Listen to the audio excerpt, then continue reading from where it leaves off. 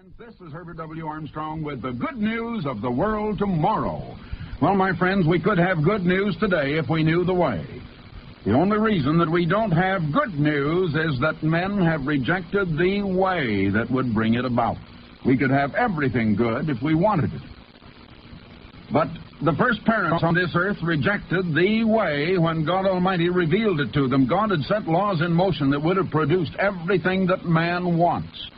But Adam and Eve thought they could have what they wanted another way. So they rejected God's way, and they tried their way, and it only brought violence to the earth. Noah was a preacher of righteousness, and he went about preaching God's way, the law of God, obeying God as the way into everything that man wants. But the people only jeered and leered and sneered. They had no use for that kind of preaching of righteousness. Well, now, we had been seeing the past week or so how Jesus Christ had sent his disciples, who were his students or learners, because disciple means a student or learner, and he was teaching them. He was teaching them to become his ambassadors, representing his kingdom, his government, which is not of this world. He went to heaven, and that's the headquarters of his kingdom at the present time. It has not been set up or established on this earth at this time, because his kingdom is not of this time or this age or of this pattern of civilization or this society, this world. But God Almighty does rule from heaven, and Jesus is sitting with him on his throne in heaven. And he was sending these disciples out to be apostles or ambassadors with the full authority of his government from heaven, but in this strange and faraway country of earth, to teach his message to the people of this earth. And so he was teaching them, and he sent them out on this practice trip. And we devoted about a week going through the instruction that he gave them on the way, and how different it is from the instruction that young ministers are getting today on how to go out and to preach as preachers for the various man-made denominations and sects and divisions that are all called churches today. Well, now we come to the time when they returned.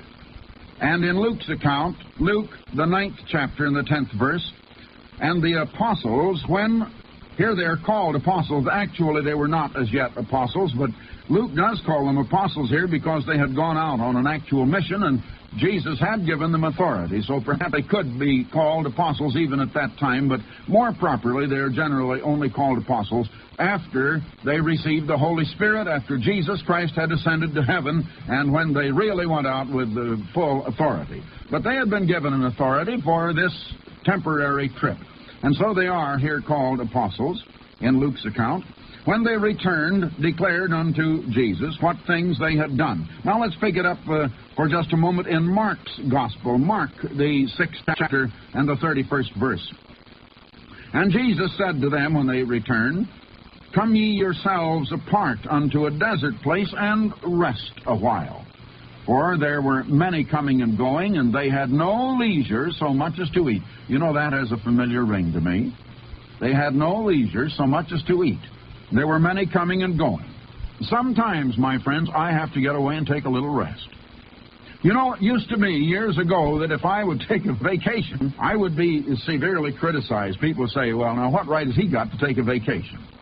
I don't call it a vacation anymore. I just call it going away to get some rest and to rebuild myself and to recharge these burned-out cells so I can come back and put more vigor and energy into this work again. We finally get so tired that you can even tell it in my voice as you listen to these programs.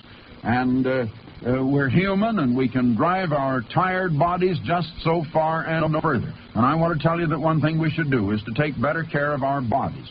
And as I say, we're all human, and we have our weaknesses and our faults. We're not perfect, neither am I. And one place where I fall short is being able to take care of all of these things and try to get around to them, which I usually don't.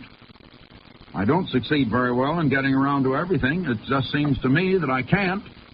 But perhaps if I were a better organizer, and could better organize my time, I could get around everything I have, could get around to the time to answer all of the thousands of letters that come in, to see all of the visitors that come here to see me, to handle all of the telephone calls, to see all of the people that want to see me, to put this broadcast on the air every day, to write all of the articles that I have to write for the Plain Truth, to handle all the executive duties of being president of the worldwide activities of the Church of God that are now going completely around the world. And we know that this program is going pretty much around the earth. Now, we have to go a little further before we're completely around, but that time is coming, and it's coming rapidly. You know, my friends, I think you can't realize what we have to do when we're really in the work of God. Now, Jesus was in the work of God, and he was teaching these disciples, and they were busy too. And finally, they came to the place that even Jesus Christ, with all of his strength, had to stop and rest a while.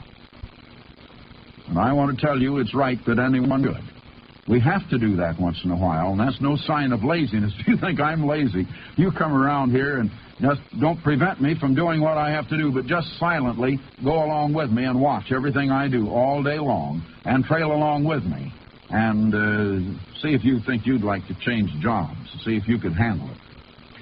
I mean, if you could just handle the wear and tear of it. That's what I'm referring to. Well, anyway, Jesus said that they should come, he said, come yourselves apart into a desert place and rest a while. Now, let's see if they let him rest.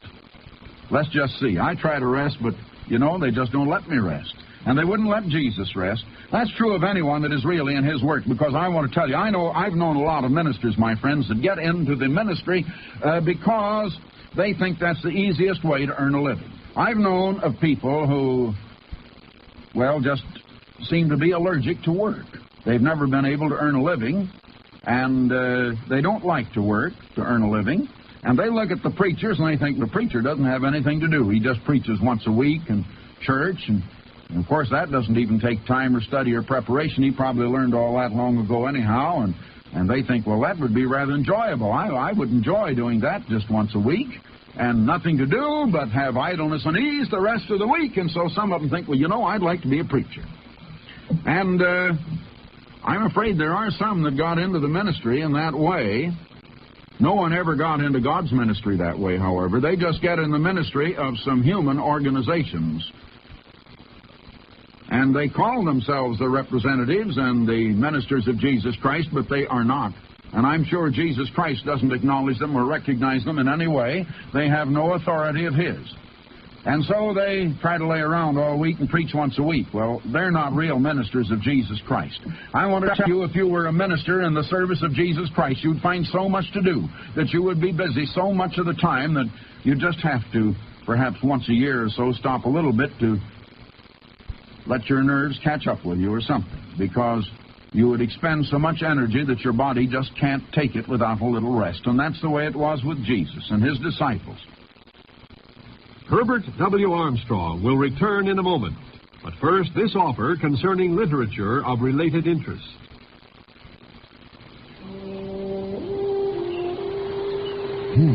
Tide's coming in. Almost reaches that sandcastle. Some little kids sure spend a lot of time with that. Too bad they never last. Yeah, a lot of things are like that. Kids are grown now, and soon they'll be gone. Well, life's been pretty good. Summer home, yacht, vacation when I want it. But Sandy and I aren't getting any younger. Is this all there is? All of us at one time or another must wonder, what's life all about? One of the keys to fulfillment in life is a sense of purpose. The free booklet, Why Were You Born?, gives the true answer to this age-old question and reason to human existence. Why were you born? Send for your free copy. For it continues here, I'm in Mark, the 6th chapter and the 31st verse now. For there were many coming and going, and they had no leisure so much as to eat. Yes, I know just what it is, because I have to undergo the same thing. And they went away in the boat to a desert place apart. And the people saw them going, and many knew them, and they ran there together on foot from all the cities, and out went them. Now they tried to get away from the people on a boat. And here the people came, and they were, of course, they were just going up the shore, you know, a piece, but they tried to get there by boat. But the people went by land and got there first. The people outwent them. The people, the big crowd, arrived first. And he came forth, Jesus came forth, and saw a great multitude. And he had compassion on them. He had compassion on them because they were as a sheep not having a shepherd. You know, my friends, I've told you so many times that Jesus never tried to advertise to bring around a great big crowd like some people do today. He didn't do that. He himself was not trying to proclaim the gospel to the world. He was teaching his gospel to his disciples, and he was now training and later commissioned them to carry his gospel to the world. God works through human agencies. And while Jesus Christ was made human and was in the human flesh, nevertheless he was God changed into man. And God works through human agencies, and he, as God, was teaching his disciples that they might be the instrumentalities that he would use to carry this gospel out to the world. And so he himself was not trying to convert the world. He was not trying to reach the world. He wasn't trying to attract crowds at all. But as I have said, the miracles that he did, the very strangeness of this gospel, later they crucified him for it. They stoned all the prophets that brought the same message. They martyred the apostles later. But nevertheless, there was a great curiosity, and the crowds followed him, probably more or less out of curiosity. But by the time he got up here, it says he came forth and saw a great multitude. But he hadn't advertised for that multitude. I want you to notice he was trying to get away from them, but he couldn't. He was actually trying to get away from them. And when the day was now far spent, verse 35, his disciples came unto him, and they said, the place is desert, and the day is now far spent. Send them away, that they may go into the country and the villages round about, and buy themselves something to eat. Well, now let's get back over into Matthew's account of it from here on. Matthew 14, carrying on the same story, because the account is in Matthew and Mark and in Luke and also in John. They all recorded. Jesus said unto them, this is Matthew 14 now, and verse 16. Matthew 14 and verse 16. I hope you're turning in your own Bible to it and read it as I give it. But Jesus said unto them, they have no need to go away. Give you them to eat. And they said unto him, we have here but 5 loaves and 2 fishes. And he said, bring them hither to me. And he commanded the multitudes to sit down on the grass. He commanded. He was in authority. He told them what to do. Yes, he was a leader. He wasn't a follower. And he took the 5 loaves and the 2 fishes, and looking up to heaven, he blessed, and he brake, and he gave the loaves to the disciples, and the disciples to the multitude, and they did all eat, and were filled, and they took up that which remained over of the broken pieces, 12 baskets full, and they that did eat were about 5,000 men, beside women and children. Now I want you to notice, all they had there were the 5 loaves and 2 little fishes. That's all. And there was another miracle. How it happened isn't explained, but somehow it expanded and kept multiplying. I guess it's like the scientists try to explain about the single cell that sort of breaks and divides into 2 cells, and each of those break into 2, and each of those into 2, and you keep doubling it all the time and multiplying by itself, and it grows very rapidly, and perhaps that's the way the loaves and the fishes did. But anyway, it was a divine miracle. And I want you to notice that Jesus' miracles were done out of compassion and love and mercy, because his whole character was that of love. First of all to God, in reverence and obedience and worship. and also then love to his fellow man. And he did that out of love for them. Herbert W. Armstrong will return in a moment. But first, this offer concerning literature of related interest. What is the true gospel? This free booklet helps you understand one of the most divisive questions of our time. We live in a world of many different religions. While teaching peace and harmony among men, their people are led to war against one another. Witness the long-standing Hindu-Muslim conflict, the Jew-Arab crisis, and the Protestant-Catholic confrontation in Northern Ireland, all believing they have the true religion. Ironic, isn't it? With over 400 denominations in the Western Christian world, haven't you ever wondered which one is right? Who teaches what Jesus taught? This free booklet helps you understand that message in the light of today's world. What is the true gospel? Your copy is free. There's no charge or follow-up. What is the true gospel? Send your request to Herbert W. Armstrong, Post Office Box 111, Pasadena, California, 91123.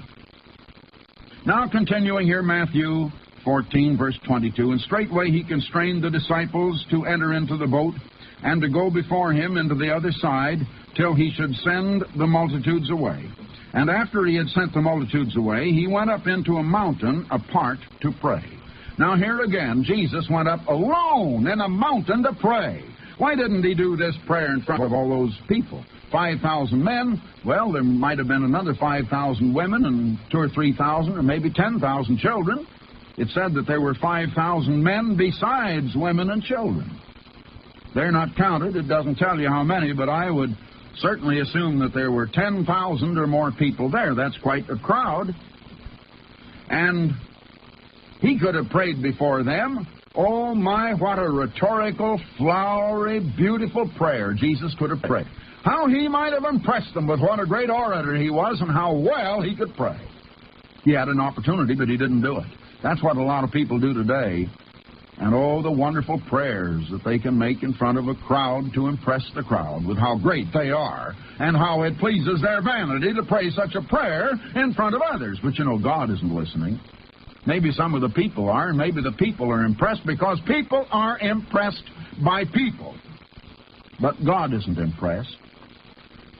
No, Jesus went, he sent away the crowd, and when the even was come, he was there alone.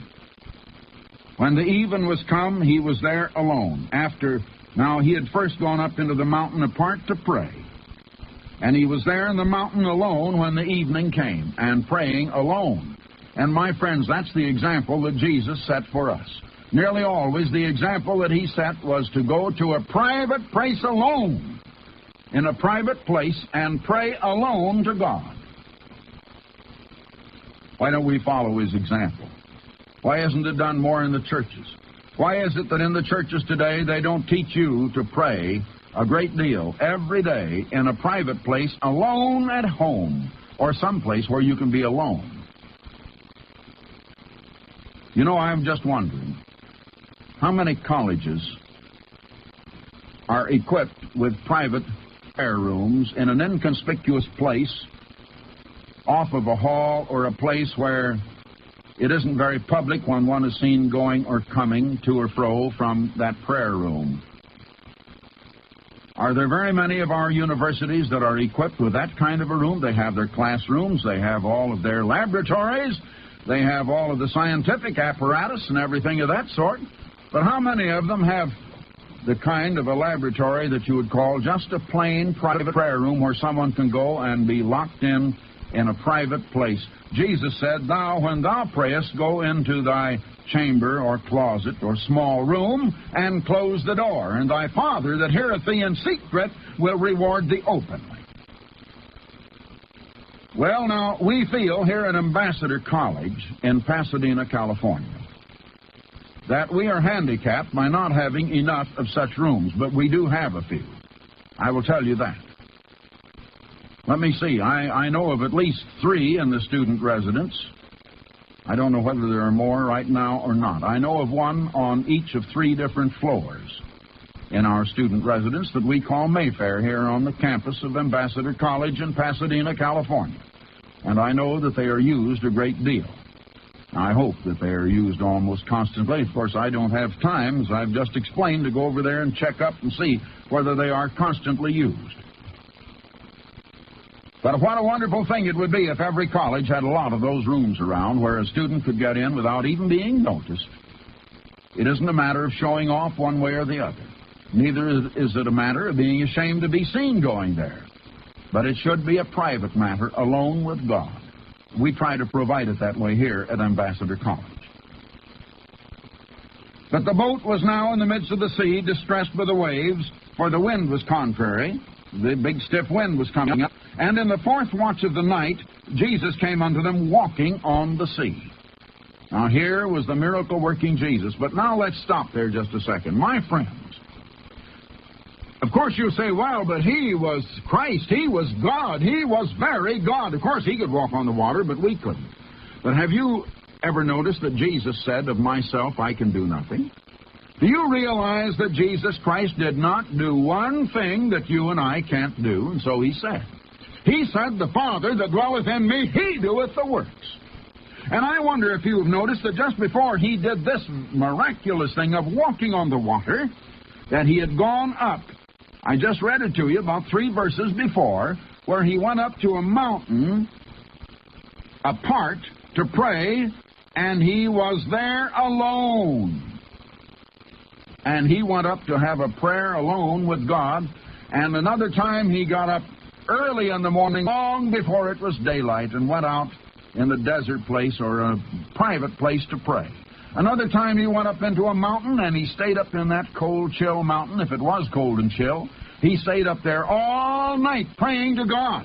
And then he came down and chose his 12 disciples, and then he taught them that message that has popularly been called the Sermon on the Mount. No wonder he could preach such a wonderful message. No wonder he could give them such a wonderful teaching. He had been praying all night. He must have been going without sleep, but he was so filled with the Spirit of God from that prayer that gave him all the strength he needed. The 5th, 6th, 7th chapters of Matthew in your Bible. Now here the disciples saw him walking on the sea, and they were troubled, saying, it's an apparition. And they cried out in fear. But straightway Jesus spake unto them, saying, be of good cheer, it is I, be not afraid. And Peter answered and said, Lord, if it be thou, bid me to come unto thee on the waters. And Jesus said, come. Just one word, that's all. He said, come. And Peter went down from the boat and walked on the waters to come to Jesus. I just finished telling you, my friends, that Jesus didn't do things because he was divine. He did them because he had the power of God, and he did nothing that you and I couldn't do if we had the power of God. And now here is Peter doing the same thing. But Peter wasn't yet converted. Peter hadn't yet received the Spirit of God as he did later after Jesus was crucified on the day of Pentecost that same year. But Peter believed Jesus. Jesus said, come, and Peter obeyed. And that very obedience was faith and belief. And so Peter, an ordinary mortal, was able to walk on the water also. He wasn't divine. He wasn't God. He was only a servant of God and a minister that was being then taught and trained, only a student minister at that at the time. And he started to walk toward Jesus. But now, he took a few steps, and he walked on the water. But when he saw the wind, he began to see material things. Now, at first, all he saw was Jesus. At first, his mind was on that which is spiritual, Jesus Christ. But now, he saw the wind.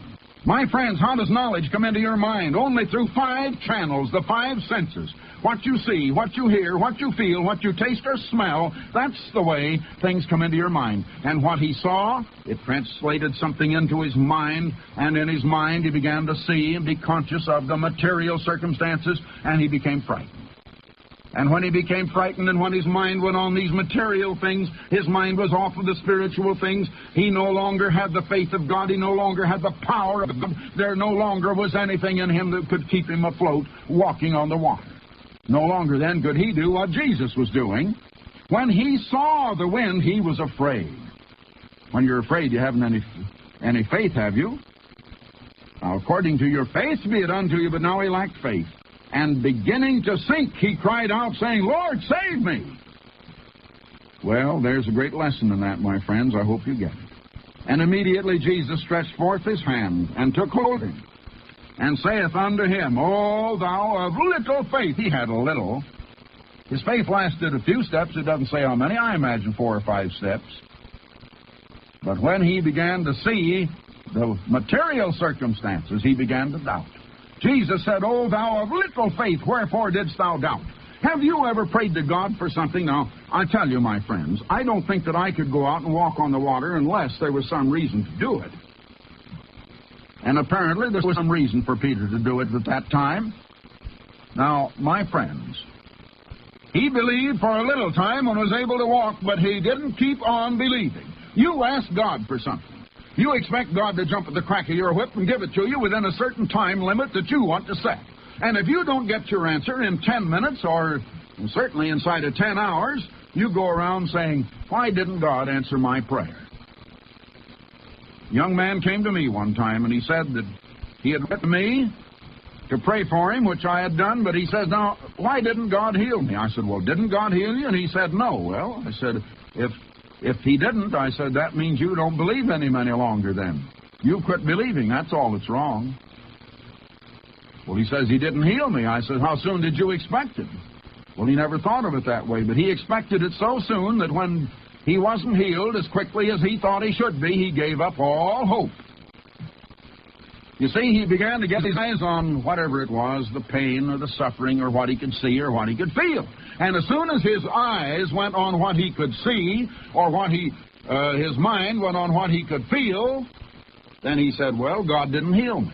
And as soon as he decided God didn't heal him, he had no more faith in God. His faith was all over. And when his faith ended, so did any chance of healing. According to your faith be it unto you. Now, did you ever read where James says that trial of your faith works patience? God tries our faith, and he gives you a test of faith very often to develop patience in you, and you're put here to develop character, and patience is one of the attributes of character, of the character of God, that must be inculcated in us. But I want to tell you, you pray for something and then you lose faith, and when you lose faith and wonder why God didn't do it, you don't get it. Well, time is up. Now, my friends, get your name and address in for the mailing list of the Plain Truth. You've read a magazine like it. No subscription price if you tell me the name of the station to which you're listening. If you want to know what is prophesied for the future, you'll want this next number.